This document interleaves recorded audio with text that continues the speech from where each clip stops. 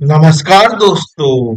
जब किसी देश को ओलंपिक होस्ट करने का मौका मिलता होगा तो उस देश के लिए कितना गर्व का पल होता होगा। खासकर तब जब पहली बार उस देश को ओलंपिक होस्ट करने का मौका मिल रहा हो। जब 2032 ओलंपिक के लिए ब्रिस्बेन ऑस्ट्रेलिया को ऑफिशियल होस्ट डिक्लेयर किया गया था, कैसे लोग ब्रिस्बेन की सड़कों पर जश्न मना रहे थे। हमने भी 2036 ओलंपिक की मेजबानी करने के लिए बिड करने का फैसला किया है। क्या हमें भी ओलंपिक होस्ट करने का मौका मिलेगा? क्या हमारे लिए भी ये गर्व का पल आएगा? आज हम इसी बात को डिस्कस करेंगे। वैसे तो बहुत लोगों को पता होगा, पर जिन्हें नहीं पता उन्हें बता दूं कि अगर भारत को 2036 ओलंपिक की मेजबानी करने का मौका मिलता है तो ऑफिशियल होस्ट अहमदाबाद होगा। पर इसका मतलब ये नहीं कि सारे गेम अहमदाबाद में खेले जाएंगे। हो सकता है एथलेटिक गेम अहमदाबाद में खेले जाएं, हॉकी गेम्स भुवनेश्वर में खेले जाएं, रोइंग भोपाल में हो। इसके अलावा क्रिकेट गेम्स मुंबई में खेले जाएं। यानी सबको कुछ ना कुछ मिलेगा। पहले क्या होता था, जो ओलंपिक की ऑफिशियल होस्ट सिटी होती थी उसमें ही सारे गेम्स खेले जाते थे। पर ऐसा करने से उस सिटी में बहुत ज्यादा भाड़ आ जाता था, कॉस्ट भी बढ़ जाती थी। और एक बार ओलंपिक पूरे हो जाए तो कई स्टेडियम का कोई यूज भी नहीं रह जाता था।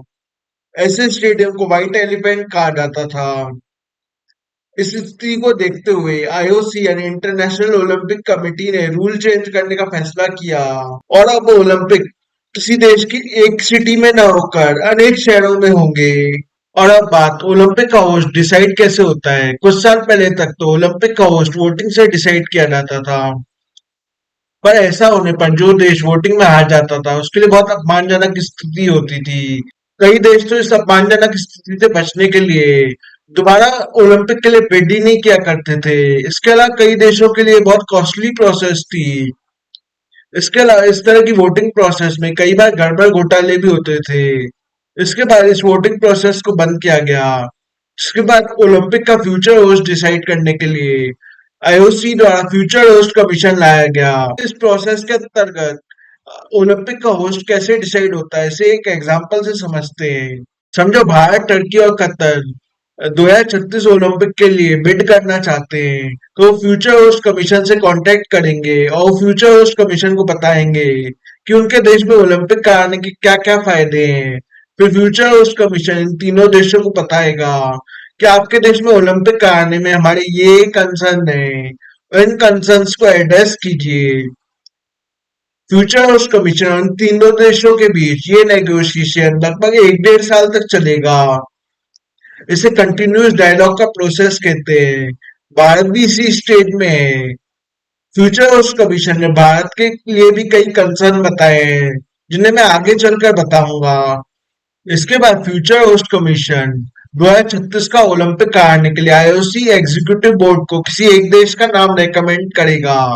हालांकि फ्यूचर होस्ट कमीशन एक से ज्यादा देश का भी नाम रेकमेंड कर सकता है, पर जनरली ऐसा होता नहीं है। समझो फ्यूचर होस्ट कमीशन ने भारत का नाम रेकमेंड किया तो आईओसी का एग्जीक्यूटिव बोर्ड भारत को प्रिफर्ड होस्ट डिक्लेयर करेगा और भारत से आगे की बात करेगा।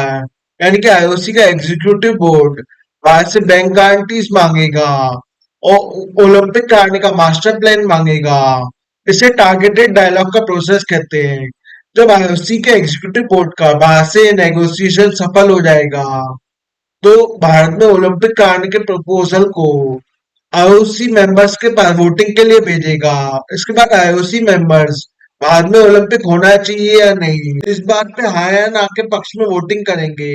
हालांकि ध्यान देने वाली बात यह है कि अगर एक बार फ्यूचर होस्ट कमीशन ने भारत का नाम 2036 का ओलंपिक कराने के लिए रेकमेंड कर दिया तो ये पक्का समझ के चलो कि भारत में ही ओलंपिक होगा। क्योंकि जो बाकी प्रोसेस मैंने समझाई वो बस एक फॉर्मेलिटी है।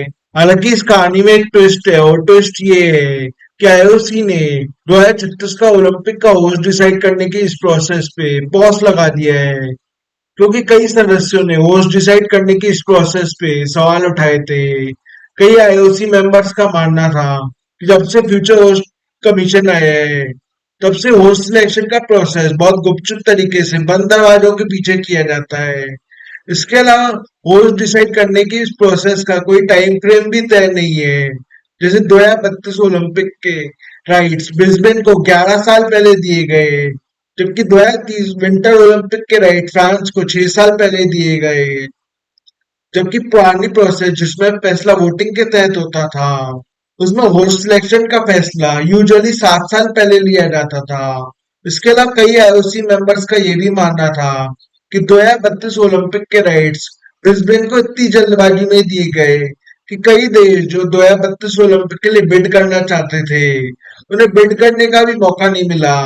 इन्हीं सब चीजों को देखते हुए आईओसी की नई नवेली प्रेसिडेंट क्रिस्टी कॉवेंट्री ने इस प्रोसेस पे पॉज लगाने का फैसला किया। और अब होस्ट सिलेक्शन की इस प्रोसेस का अगले 4 महीने के लिए रिव्यू किया जाएगा। हालांकि होस्ट सिलेक्शन की इस प्रोसेस का रिव्यू होने के बाद इसमें और क्या नए नियम ऐड किए जाएंगे ये अभी साफ नहीं है, पर कुछ मीडिया रिपोर्ट्स के अनुसार पहले future host commission Olympic host करने के लिए किसी एक देश का ही नाम रेकमेंड करती थी, और 3 से 5 नामों की एक शॉर्टलिस्ट रेकमेंड करेगी, जिसमें आईओसी का एग्जीक्यूटिव बोर्ड किन्हीं 2-3 देशों के नामों को आईओसी के मेंबर्स के पास वोटिंग के लिए भेजेगा।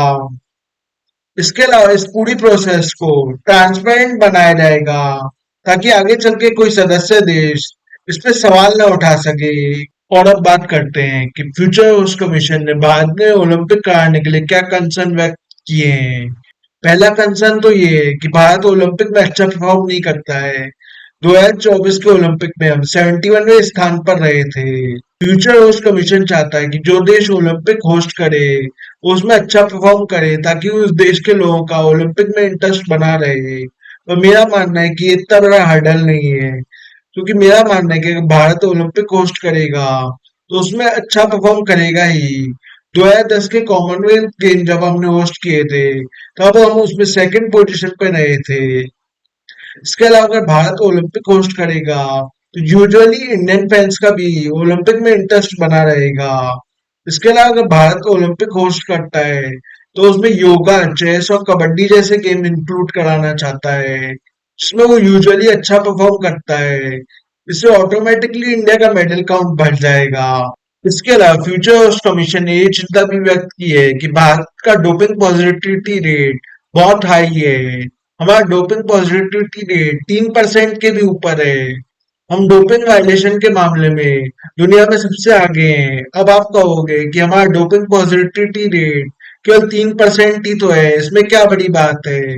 पर देखो, चाइना का डोपिंग पॉजिटिविटी रेट 0.2% है। अमेरिका का 1.1% है। इसके अलावा इसी डोपिंग वायलेशन के चक्कर में आईओसी ने रशिया को बैन कर दिया था। इसके अलावा भारत सरकार इसी डोपिंग वायलेशन को देखते हुए नया एंटी डोपिंग एक्ट लेके आई है, जिसके तहत नाडा यानी नेशनल एंटी डोपिंग एजेंसी को और फ्रीडम दिया गया है। उसे गवर्नमेंट इंटरफेरेंस से मुक्त किया गया है।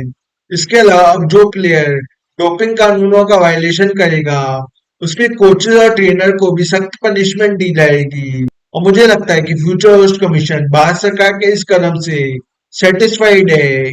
इसके अलावा फ्यूचर होस्ट कमीशन ने आईओए यानी इंडियन ओलंपिक एसोसिएशन में लगातार हो रही इनफाइटिंग पे भी चिंता व्यक्त की है। आईओए को आप इंडियन ओलंपिक का बीसीसीआई भी कह सकते हैं। फ्यूचर होस्ट कमीशन के सामने इंडियन ओलंपिक एसोसिएशन ही भारत की मुख्य रिप्रेजेंटेटिव है। आईओए के मेंबर्स, आईओए की प्रेसिडेंट पीटी उषा कभी किसी एडमिनिस्ट्रेटिव इशू को लेकर, कभी किसी व्यक्ति के अपॉइंटमेंट को लेकर आपस में झगड़ते रहते हैं।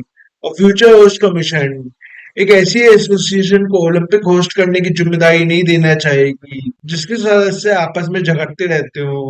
हालांकि अच्छी बात यह है कि इंडियन गवर्नमेंट आईओए के मेंबर्स और आईओए की प्रेसिडेंट पीटी उषा के बीच सुलह कराने में कामयाब हुई है। पर ये सुलह कितनी देर तक टिकी रहेगी ये मैं कह नहीं सकता। और जैसा कि मैंने आपको बताया था कि IOC current host selection process का रिव्यू कर रही है, तो उसमें एक और चीज ऐड की जा सकती है, वो ये कि अगर आपने पास्ट में कोई बड़ा स्पोर्टिंग इवेंट अच्छे से होस्ट किया है तो उसकी भी एडेड वैल्यू दी जाएगी। हमने भी 2010 में कॉमनवेल्थ गेम होस्ट किए थे, पर आप जानते ही हैं कि उसमें कितनी सारी कंट्रोवर्सी हुई थी, जो कि हमारे लिए एक माइनस पॉइंट है। पर हमारे लिए अच्छी बात ये है कि हम 2030 में ही कॉमनवेल्थ गेम होस्ट करेंगे, जो कि अहमदाबाद में ही होंगे। हालांकि जब 2030 के कॉमनवेल्थ गेम्स होंगे, तब तक 2036 का ओलंपिक कौन सी कंट्री होस्ट करेगी, इसका फैसला हो चुका होगा। पर अगर हम फ्यूचर होस्ट कमीशन को ये दिखा दें कि हम 2030 के कॉमनवेल्थ गेम की तैयारी अच्छे से कर रहे हैं, तो ये हमारे लिए एक प्लस पॉइंट होगा। इसके अलावा इस वीडियो के पार्ट 2 में मैं आपको बताऊंगा कि 2036 का ओलंपिक होस्ट करने के लिए इंडिया के अलावा कौन कौन सी कंट्री रेस में है। इसके अलावा ये भी बताऊंगा कि 2036 का ओलंपिक होस्ट करने के लिए कैसे इंडिया को डिप्लोमेसी भी करनी होगी। इसके अलावा अगर आपको ये वीडियो अच्छा लगे तो लाइक करें, शेयर करें और चैनल को सब्सक्राइब करें। धन्यवाद।